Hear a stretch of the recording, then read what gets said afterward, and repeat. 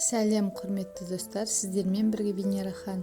Бүгінгі тақырыпта ата-аналарға арналған бала тәрбиесіндегі психологиялық өте қажетті 16 кеңестер. Достар, келесі видеоны жіберіп алмас үшін каналға тіркеліңіздер, лайк басыңыздар, комментарияға ойларыңызды жазып кетіңіз. Ол мен үшін өте маңызды. Ал кеттік. Баланың міндетті түрде өздігінен орындайтын жұмыстары болуы қажет. Сіз тек осы жұмыстардың орындалуын қадағалауыңыз керек. Екінші, ертегі оқып беріңіз. Ертегі баланың қиялын дамытады. Үшінші, балаңызды тыңдауды үйреніңіз. Шыдамды болыңыз. Балаңыздың сөзін бөліп, оның ойын өзіңіз аяқтауға тырыспаңыз және баланы асықтырмаңыз. Төртінші, баламен жылы сөйлесіңіз. Баланың кез келген қалауын орындауға асықпаңыз. Әңгімелесіңіз, қалжыңдасыңыз. Алтыншы, балаға өзінің іс-әрекетін түсіндіруді үйретіңіз. Яғни бала ең алдымен ойланып, содан соң ғана шешім қабылдауды үйрену керек. Жетінші, баланы қоршаған әлемді танып білуге дағдылаңыз. Сегізінші, баланың жан-жақты дамуына қолайлы қауіпсіз жағдай жасаңыз. Достар, видеоны жалғастырмас бұрын лайк басып каналға тіркелеміз. Жалғастырамыз. Баланы тым еркелетпеңіз.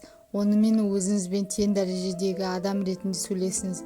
Есіңізде болсын, сіздің сөйлеген сөзіңізді, іс-әрекетіңізді балаңыз қайталайды.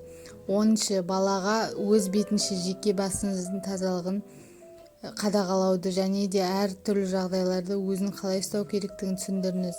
11-ші, жақсы іс-әрекет үшін сөзбен немесе сыйлықпен мадақтап көтермелесіп, ата-анасын, үлкендерді, жақындарын сыйлау керектігін білуі тиіс. 13-ші, ешқашанда баланың икемсіздігін күлкіге айналдырып және де қорқыныштарына күлмеңіз. Қайта керісінше баланың қорқыныштарын бірге жеңіп, бірге шешіп, сенімді қарым-қатынас орнатыңыз. 14-ші, өзінің өкпе-ренішіне баланы араластыра бермеңіз. Әйтпесе қартайғанда ол қылығының ащы дәмін татуыңыз мүмкін. Не ексең соны оратыңызды ұмытпаңыз. 15-ші, баланың көңілін ешқашан қалдырмаңыз. 16-ші, қаншалықты уақытыңыз аз болса да балаңыздың жан-жақты дамуына көңіл бөліңіз. Есіңізде болсын, балаңыз сіздің ең басты байлығыңыз. Сонымен бүгінгі видеом аяқталды, достар. Келесі қандай видео шыққанын қалайсыздар? Комментарияға жазып кетіңіздер.